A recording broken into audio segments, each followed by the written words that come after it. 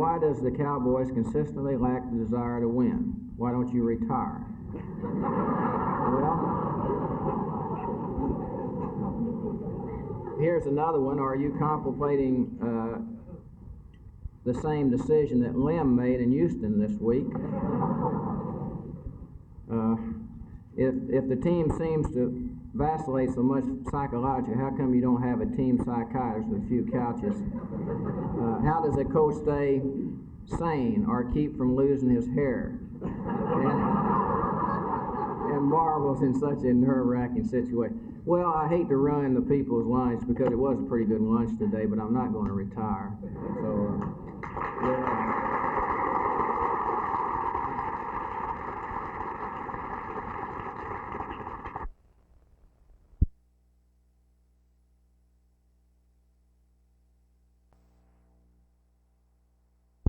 Yes, I was nervous, if that's what you want to know. But I just tried to find something to mediate my confidence, and I just ostracized all my doubts and just went. Hold it, man.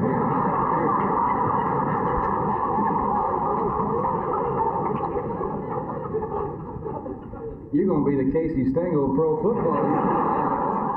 Mediate your confidence and ostracize your doubts.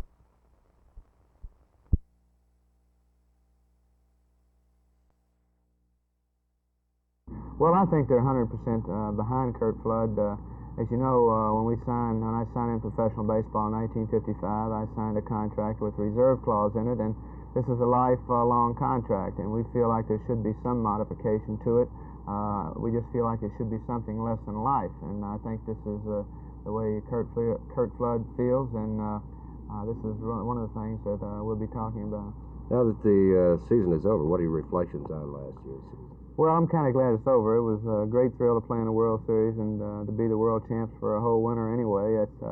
You never know really what's going to happen. We had a great season, winning 107 games, I think, but then you go into the playoffs and you really don't know if you're going to get to the series or not, because there's really not that much difference in, say, Minnesota and Baltimore, or Cincinnati and Pittsburgh. And the way it ended up with Cincinnati and Baltimore, well, I think the two best teams were represented in the series.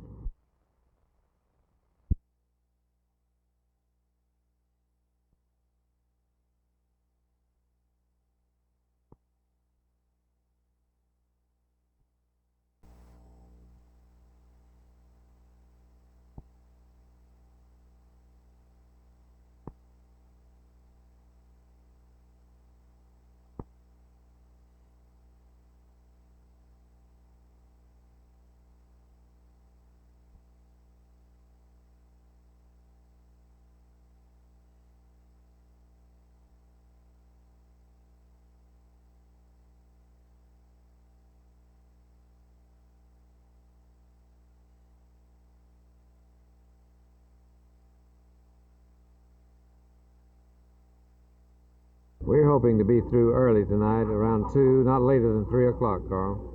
Now, this year we've had several foul-ups in the AVM machines. Last year it seemed to be the punch card. What actually happened to the AVMs today? Well, actually, we had no more trouble than usual with either device. Actually, the AVMs did have a lot of people running on the ballots, and the ones I observed, there was very little difficulty. Some of the older machines seemed to be a little stiff. But other than that, we didn't have too many troubles. Now, we had about 80 of them break down, I understand. What was the problem there? Well, actually, of course, it might be a difference in what we call breakdown. Of course, there were some pins were hard to move, and some of the levers were hard to move. But actually, I don't think we had too many breakdowns, really.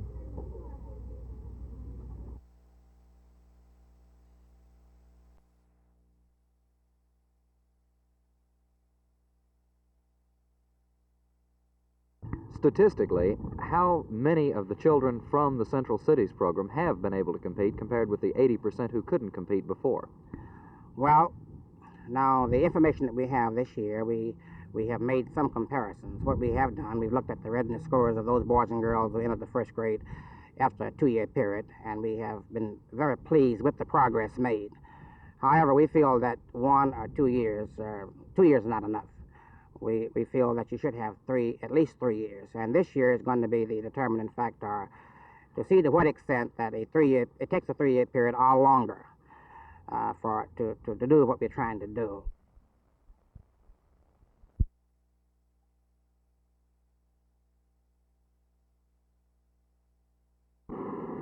The cards are moving through this computer counter here at the Dallas County Records Building, perhaps with the same mood and tone that this entire election day has been.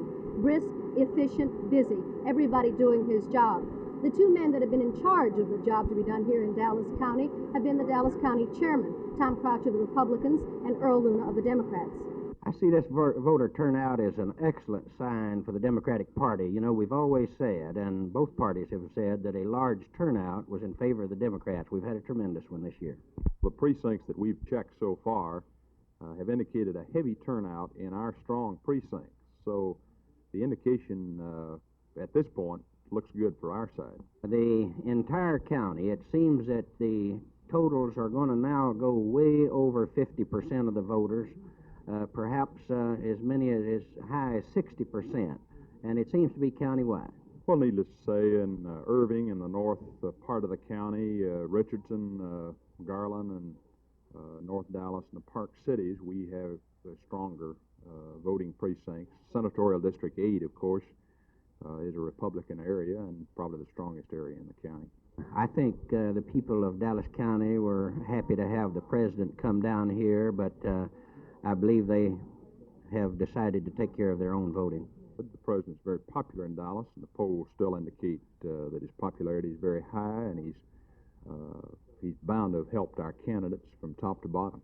It's going to be a little bit slower than we had thought, simply because the numbers are going to be so much greater. The results aren't in yet. It can't be definite. But when the readout does come, it'll be seen just how well everybody has done his job. This is Teel Salaun at the Dallas County Records Building.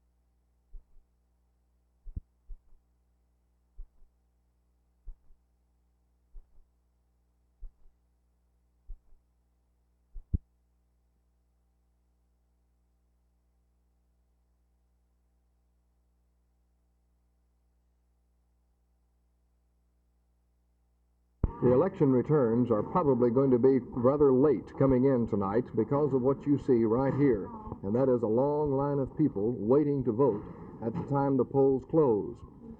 There's more than 100 people in line here. All of them will be allowed to vote, and that means that it may be 8 or 8:30 before this particular precinct, 119 in southern Richardson, will actually be closed and the votes tabulated.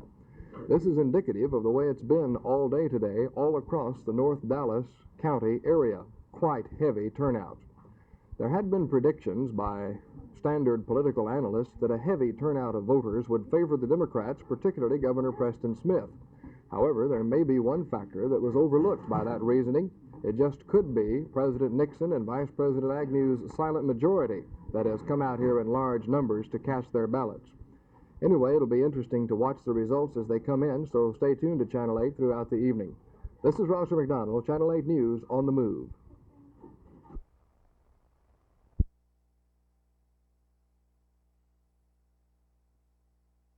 I feel fine. I was confident that if we had a good representative turnout that I would be reelected.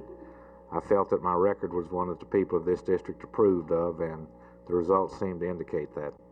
Some believed during the campaign that it would be a whole lot closer than what it turned out. Were you worried about your candidate? No, not really. The only problem I really worried about was whether or not we'd have a good representative turnout. When I saw the clear weather this morning and saw the people lining up before 7 o'clock this morning to vote, I felt confident. Were there any particular group of people that you were depending on to turn out heavily so that you know you'd have the Democrat vote? Well, of course, we Democrats always depend upon working people and those who identify with the Democratic Party for our basic support. We don't have any supporters who own radio stations or things like that. Were you looking for the black vote or the brown vote or the middle-class working vote? Just what vote were you depending on? Well, the group that makes up really the great middle of the American public, the black people, the brown people, the Anglos, those who work for a living.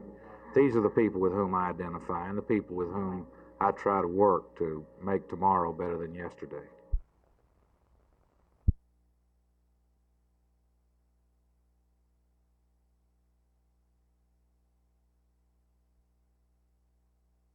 Well, it started earlier in the year, and it came to a climax last night when the major political parties asked for your vote. Today is November 3rd, and it's time to do that. Cast your ballot for the candidate of your choice in each of the various races. If you haven't done so yet, you have a little over an hour before the polls close at 7 p.m. It looks like the estimates of Clerk Tom Ellis may be true. 350,000 may vote in Dallas County alone before this election day is over. This day is not without its mechanical problems. Some of the AVM or lever-type machines have given them difficulty. They've been replaced as rapidly as possible by the voting machine warehouse. Tom Ellis says one of the big problems is having enough strength to push the Democratic lever all the way over for those wishing to vote a straight ticket, since there are so many Democratic candidates. The punch card machines are having minor difficulties, and most of it seems to be failure to push the card all the way in. Here at South Oak Cliff, Precinct 349, the clerk, Mrs. E.J. Daniels, says the voting is ahead of the normal pace. There are over 1,300 voters registered at this precinct in South Dallas. Meanwhile, way across town at the Highland Park Fire Station, the judge there, Mrs. Jean Freeman, says voting is brisk and has been since the opening bell this morning.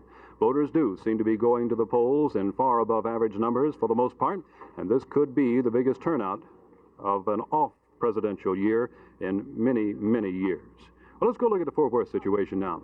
Here's Art Sinclair. Art?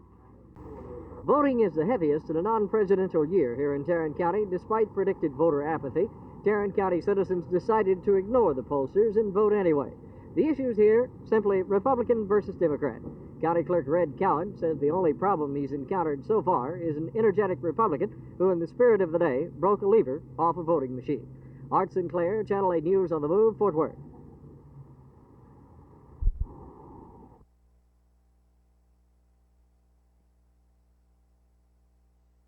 The Republican poll watchers are making the story here in South Dallas. They're keeping the election judges on their toes. Matter of fact, a Republican poll watcher ordered me out of his precinct. In this traditionally Democratic and predominantly black part of town, the emphasis was on getting the vote out rather than any one particular candidate. The vote is high, but some observers say not quite high enough. Conservative estimates at poll closing time says that when the vote is counted, it will reveal less than 40% vote, all out. That means, says one aide close to the Democratic Party, that their candidate will win by a much smaller margin. One Democratic candidate, using a bullhorn on top of his car riding through South Dallas, declared the day as an emergency and urged everyone to drop whatever they were doing and vote. The Democrats admit that they need the black vote, but even though there are still people in line, it looks like it'll be less than 40% vote turnout. For Channel 8 News on the Move, this is Jess Brown.